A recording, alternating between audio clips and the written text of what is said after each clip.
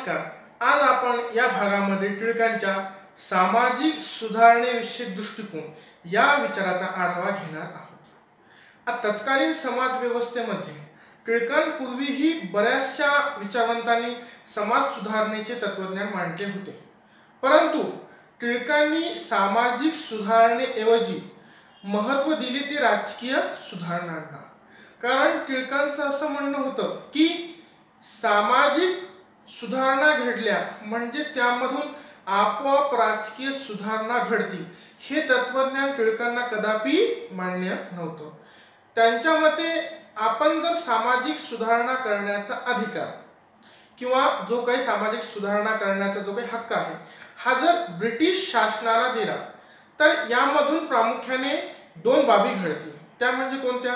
की हा अधिकार ब्रिटिशांना दिल्यामुळे एकतर ब्रिटिश भारतीयांच्या समाज व्यवस्थेमध्ये धर्म व्यवस्थेमध्ये लुडबुड करतील, म्हणजे त्यांना येथील कोणत्याही गोष्टीचे पूर्ण ज्ञान नसताना ते यामध्ये सुधारणा करण्याचा प्रयत्न करतील. त्यामधून काय होईल? एकतर येथील संस्कृती नष्ट होईल व समाजामध्ये असंतोष सुद्धा निर्माण होईल.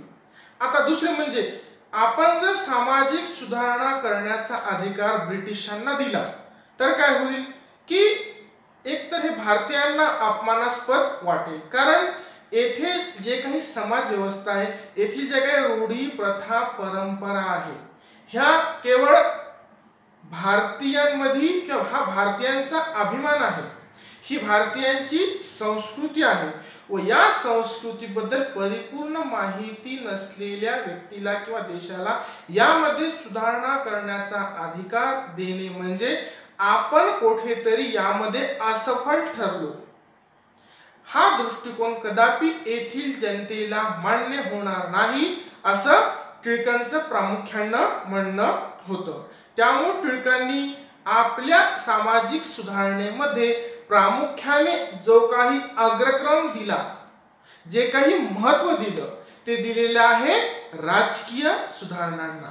कारण त्यांचं असं मत होतं की जर आपण राजकीय सुधारणा व्यवस्थित घडून आणल्या, भारताची राजकीय घडी व्यवस्थित बसवली, तर ज्या काही या समाजामध्ये सामाजिक बाबीमध्ये दोष आहेत, हे जे काही अडथळे आहेत, हे अडथळे दूर करण्याकरता आपण येथील प्रथमतः शिक्षण व्यवस्थेमध्ये बदल घडवून आहोत आणि येथील शिक्षण व्यवस्थेमध्ये बदल घडल्यानंतर हळूहळू एका क्रमाक्रमाने आपण काय करू, येथील सामाजिक व्यवस्थेमध्ये दोष आहेत हे दोष निवारण्याचा प्रयत्न करू.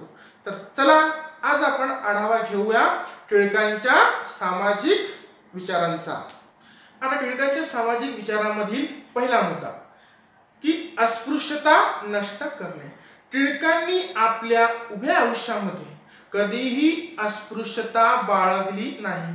त्यांनी नेहमीच अस्पृश्यतेचा विरोध केला. ते नेहमीच म्हणत की जर मला ईश्वर जरी म्हणला की अस्पृश्यता बाळगा तर मी त्या ईश्वराचं अस्तित्व अमान्य करेल, परंतु मी कधीही आयुष्यामध्ये अस्पृश्यता बाळगणार नाही. त्यांनी आपल्या विचारामध्ये आंतरजातीय विवाहाला जरी विरोध केला असेल, परंतु त्यांनी जाती जातीमधील ज्या काही पोटजाती असतात या पोटजातीला त्यांनी काय केलंय, मान्यता दिलेली आहे की या माध्यमातून तरी का होईना जी काही अस्पृश्यता ही अस्पृश्यता कमी होईल. म्हणजेच टिळकांनी आपल्या विचारांमध्ये, आपल्या धोरणांमध्ये, आपल्या वागण्यामध्ये कधीही अस्पृश्यता बाळगली नाही. या पुढील मुद्दा स्त्री शिक्षण. आता असं म्हणत होते त्यावेळेस की टिळक स्त्री शिक्षणाला विरोध करतात. यामध्ये सुद्धा एक कारण आहे, ते आपण पहिले कारण बघूया की तत्कालीन शिक्षण व्यवस्थेमध्ये काय होऊ लागलं की विविध बदल किंवा शिक्षण व्यवस्थेमध्ये ब्रिटिश सरकार काय करू लागलं, हस्तक्षेप करण्याचा प्रयत्न करू लागलं आणि जे काही येथील शिक्षण व्यवस्था आहेत ह्या शिक्षण व्यवस्था चालवण्याचं कार्य या ख्रिश्चन मिशनरीज करू लागल्या. या माध्यमातून काय होऊ लागलं की ख्रिश्चन धर्माचा प्रसार आणि प्रचार करण्याचं कार्य ह्या मिशनरीज करू लागल्या. त्यावेळेस एक घटना घडली. पंडिता रमाबाई यांनी जे काही त्या एक वसतिगृह स्त्रियांचं चालवत होत्या. त्यावर टिळकांनी काय केलं, आक्षेप घेतला. आता टिळकांनी आक्षेप घेतल्यानंतर काय झालं की बऱ्याचशा समाजकंटकाचं किंवा व्यक्तींचं म्हणणं काय आलं की टिळक हे स्त्री शिक्षणाचे विरोधक आहे. टिळकांना स्त्रियांनी शिक्षण घ्यावं ही संकल्पना किंवा ही कल्पना कदापि मान्य नाही. परंतु ज्यावेळी टिळकांनी हा आरोप सिद्ध करून दाखवला की पंडिता रमाबाई या वसतिगृहाच्या माध्यमातून काय करू लागल्या की ज्या काही हिंदू मुली आहेत यांचं या ख्रिश्चन धर्मामध्ये धर्म परिवर्तन करण्याचा प्रयत्न करू लागला. ज्यावेळेस हा टिळकांनी केलेला आक्षेप सिद्ध झाला त्यावेळेस टिळक हे स्त्री शिक्षणाचे विरोधक आहेत ही बाब काय झाली, येथे समूळतः नष्ट झाली. टिळकांना स्त्रियांचे शिक्षण मान्य होते, परंतु टिळकांना असं म्हणणं होतं की स्त्रियांना शिक्षण कोणतं देण्यात यावं की ज्यामधून स्त्रियांच्या आयुष्यामध्ये त्या शिक्षणाचा काही फायदा होईल. म्हणजे कोणतं, पाककलेचं शिक्षण, स्वयंपाकाचं शिक्षण. या शिक्षणाच्या माध्यमातून काय होईल, स्त्रियांना त्यांच्या आयुष्यामध्ये भविष्यामध्ये या शिक्षणाचा फायदा होईल.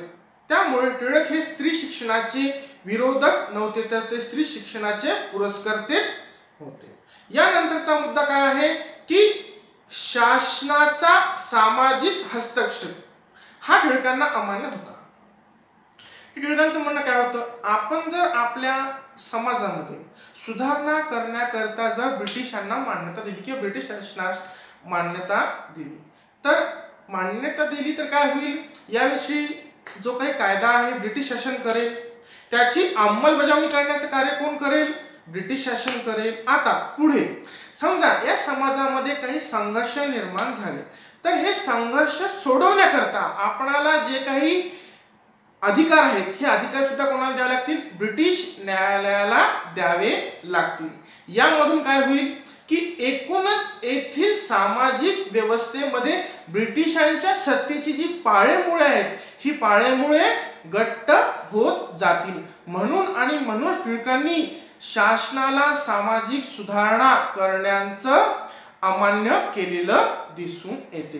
कारण त्यांचं म्हणणं असं होतं की या माध्यमातून ब्रिटिश हे येथील समाज व्यवस्थेमध्ये एकदम यांची पाळेमुळे काय होतील, घट्ट होतील. त्यांची एकूण व्यवस्था ही येथील समाजावर, येथील व्यक्तीवर पकड धरून बसेल. म्हणून त्यांनी सामाजिक सुधारणेमध्ये शासनाचा हस्तक्षेप काय केलेला आहे, अमान्य केलेला आहे.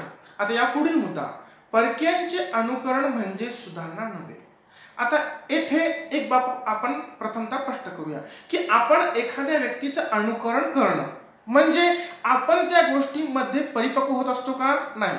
मग टिळकांचे म्हणणं त्याच प्रकारे होतं की आपण जर परकीयांच्या, पाश्चात्यांच्या संस्कृतीचं, त्यांच्या राहणीमानाचं, त्यांच्या वागण्याचं आपण जर अनुकरण करत गेलो म्हणजे की आपल्या समाजामध्ये सुधारणा होणार आहेत का, नाही.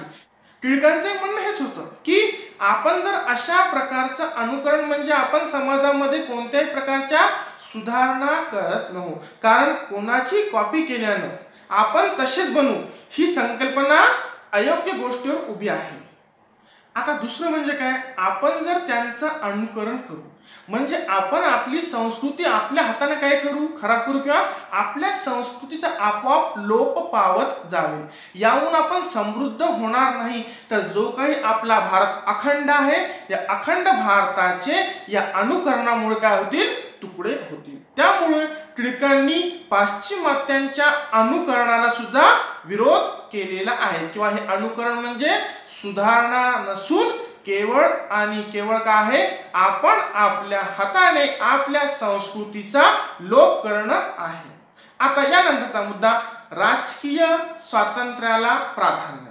आता टिळकांचं असं म्हणणं होतं की सामाजिक सुधारणा व्हाव्यात, परंतु त्याआधी काय व्हावं की ज्या काही राजकीय सुधारणा आहेत ह्या राजकीय सुधारणा केल्या जाव्यात. कारण जर राजकीय सुधारणा केल्या तर येथील जी काही राजकीय व्यवस्था आहे ही चालवण्याचं कार्य येथील जनता करेल, येथील व्यक्ती करतील आणि येथील जनतेला येथील सामाजिक प्रश्नांची, येथील समाजामध्ये असणाऱ्या अडचणींची, अडथळ्यांची परिपूर्ण जाणीव आहे. म्हणजेच ही व्यक्ती काय करतील की सत्ता आपल्या हातामध्ये आल्यानंतर येथील जनतेच्या काय नेमके प्रश्न आहेत, कोणत्या समस्या आहेत, ह्या समस्या त्या व्यक्तीला परिपूर्ण माहिती असल्यामुळे त्या समस्येच्या मुळापर्यंत जाऊन ही जनता त्या समस्या समूळ नष्ट करेल. म्हणून टिळकांनी प्राधान्याने जो काही अग्रक्रम दिला तो राजकीय सुधारणांना, कारण राजकीय सुधारणांच्या माध्यमातूनच आपण पुढे चालून सामाजिक सुधारणा घडवून आणू शकतो. आता त्याच्यामध्ये दुसरं महत्वाचं काय की आपण जर सामाजिक सुधारणा आणि राजकीय सुधारणा एकाच वेळी करण्याचा प्रयत्न केला तर काय होईल, आपली जी काही शक्ती आहे, शक्ती आपोआप या दोन भागामध्ये विभाजित होईल व एकही कार्य आपल्या हातून पूर्ण होणार नाही व याचा फायदा कोणाला होईल, ब्रिटिशांना होईल. त्यामुळे टिळकांनी जो काही अग्रक्रम दिला, जे काही प्राधान्य दिले, हे राजकीय सुधारणांना प्राधान्य दिलेले दिसून येते. आता या पुढचा मुद्दा, उत्क्रांतीवादावर विश्वास. टिळकांचं असं म्हणणं होतं की ठीक आहे, सुधारणा करायच्या मान्य आहे, सुधारणा करणं आवश्यक बाब आहे, कारण काळ परत्वे समाज बदलत जात असतो. ज्या काही प्रथा परंपरा रूढी अनिष्ट आहेत या नष्ट करणं सुद्धा महत्वाचं आहे. परंतु आपण जर ह्या प्रथा परंपरा चालीरीती क्रांतीच्या माध्यमातून नष्ट करण्याचा किंवा यामध्ये बदल करण्याचा प्रयत्न केला तर येथील जी काही हजारो वर्ष पूर्वीची संस्कृती आहे ही संस्कृती सुद्धा लोप होईल. या माध्यमातून समाजामध्ये असंतोष सुद्धा निर्माण होईल आणि संस्कृती सुद्धा लोप होईल. आणि आपण जर सुधारणा ह्या उत्क्रांतीच्या माध्यमातून, म्हणजे कशा उत्क्रांती म्हणजे टप्प्याटप्प्याच्या माध्यमातून करण्याचा प्रयत्न केला, त्या माध्यमातून काय होईल, एकतर नेमकी सुधारणा करण्याची गरज कोणत्या घटकाची आहे, कोणती प्रथा चालीरीती परंपरा अनिष्ट आहेत, आपण जर ह्या येथील जनतेला भासून त्याची कशा प्रकारे वाईट परिणाम येथील समाजावर होतो हे जर येथील व्यक्तींना पटवून दिलं आणि त्या लोकशिक्षणात म्हणजे काय जनतेच्या माध्यमातून आपण जर ह्या सुधारणा करण्याचा प्रयत्न केला तर नक्कीच सुधारणा ही यशस्वी ठरेल व येथील जी काही संस्कृती आहे ही संस्कृतीचा लोप सुद्धा होणार नाही. समोरचा मुद्दा, लोकशिक्षणातून सामाजिक सुधारणा व्हाव्यात. टिळकांचं म्हणणं होतं ज्या काही सामाजिक सुधारणा करायच्या आहेत ह्या ब्रिटिश शासनाने करायच्या नाही, ह्या येथील जनतेच्या शिक्षणाच्या माध्यमातून करण्यात याव्यात.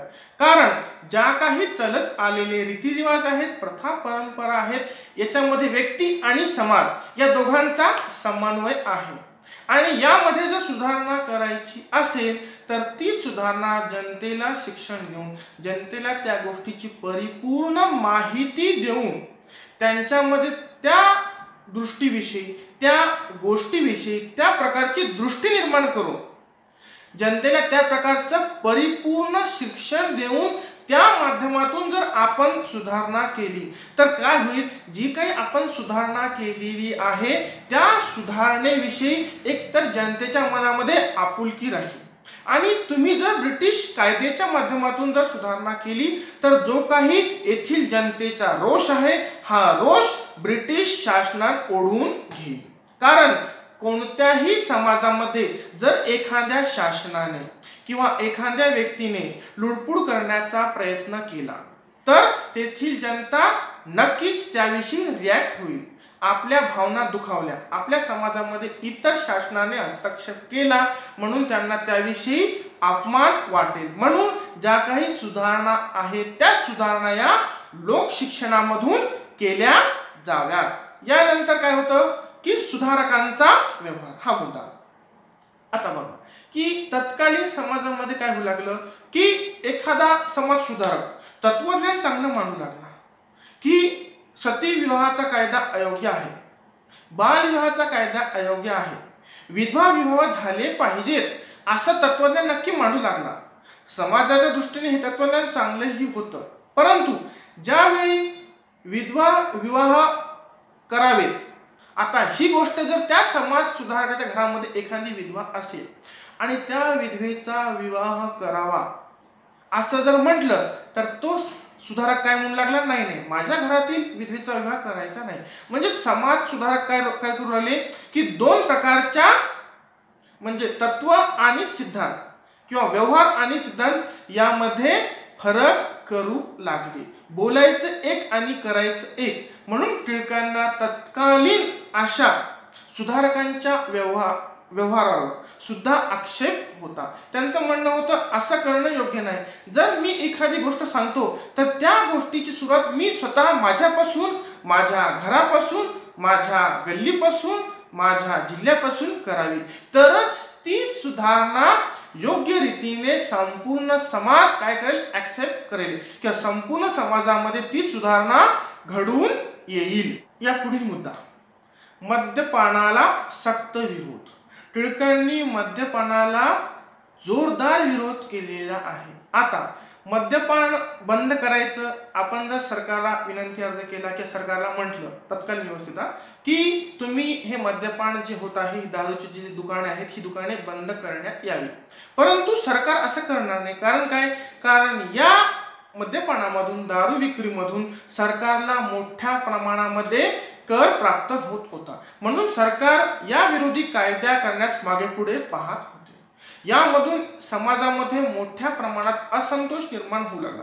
समाजाची बसलेली घडी ही विस्कटली जाऊ लागली. मग टिळकांनी काय केलं, आता मद्यपान तर बंद करायचं. मग टिळकांनी आपला मोर्चा वळवला तो या मद्यपान विरोधी मध्ये. टिळकांनी एक युक्ती लढवली. टिळकांनी या विरोधी धरणे आंदोलनाचा प्रारंभ केला. तसेच टिळकांनी याला विरोध करून स्वतःला अटक करून घेतली. आता टिळकांना अटक झाली म्हणजे काय झालं, तत्कालीन व्यवस्थेमध्ये किंवा तत्कालीन काळामध्ये टिळक हे एक राष्ट्रीय नेते होते. मग टिळकांना जर याला विरोध केला म्हणून अटक झाली, म्हणजेच ही चळवळ आपोआपच समाजाच्या कान्याकोपऱ्यामध्ये जाऊन पोचली. म्हणजे टिळकांनी एक युक्ती लढून संपूर्ण समाजाचं लक्ष या मद्यपान विरोधी किंवा मद्यपानाला बंद करण्यामध्ये एक युक्ती लढवून आपली योजना परिपूर्णरित्या यशस्वी करून घेतली. आता यानंतरचा मुद्दा, विवाहाविषयक नियम. आता टिळकांचं म्हणणं काय होतं की जे काही स्त्रीचे विवाह आहेत, मुलींचे विवाह हे वयाच्या 16व्या वर्षी केले जावेत. त्यांनी बालविवाहाला सुद्धा काय केलेलं आहे, विरोध केलेला आहे. त्यांनी विधवा विवाहाला मान्यता दिलेली आहे. टिळकांनी केवळ तत्वज्ञानच मांडलं नाही, तर आपल्या स्वतःच्या मुलीचा विवाह वयाच्या 16व्या वर्षी करून समाजामध्ये एक आदर्श घडवून दिला. अशा प्रकारे आपणास टिळकांचे सामाजिक सुधारणेविषयक विचार सांगता येतात. टिळकांना ज्या गोष्टी पटल्या त्यांचं समर्थन त्यांनी खुल्याप्रमाणे केलं.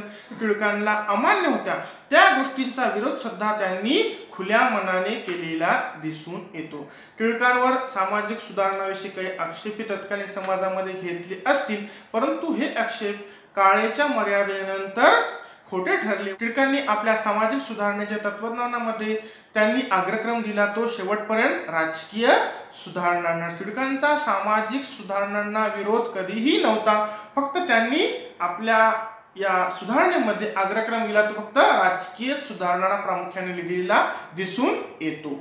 धन्यवाद.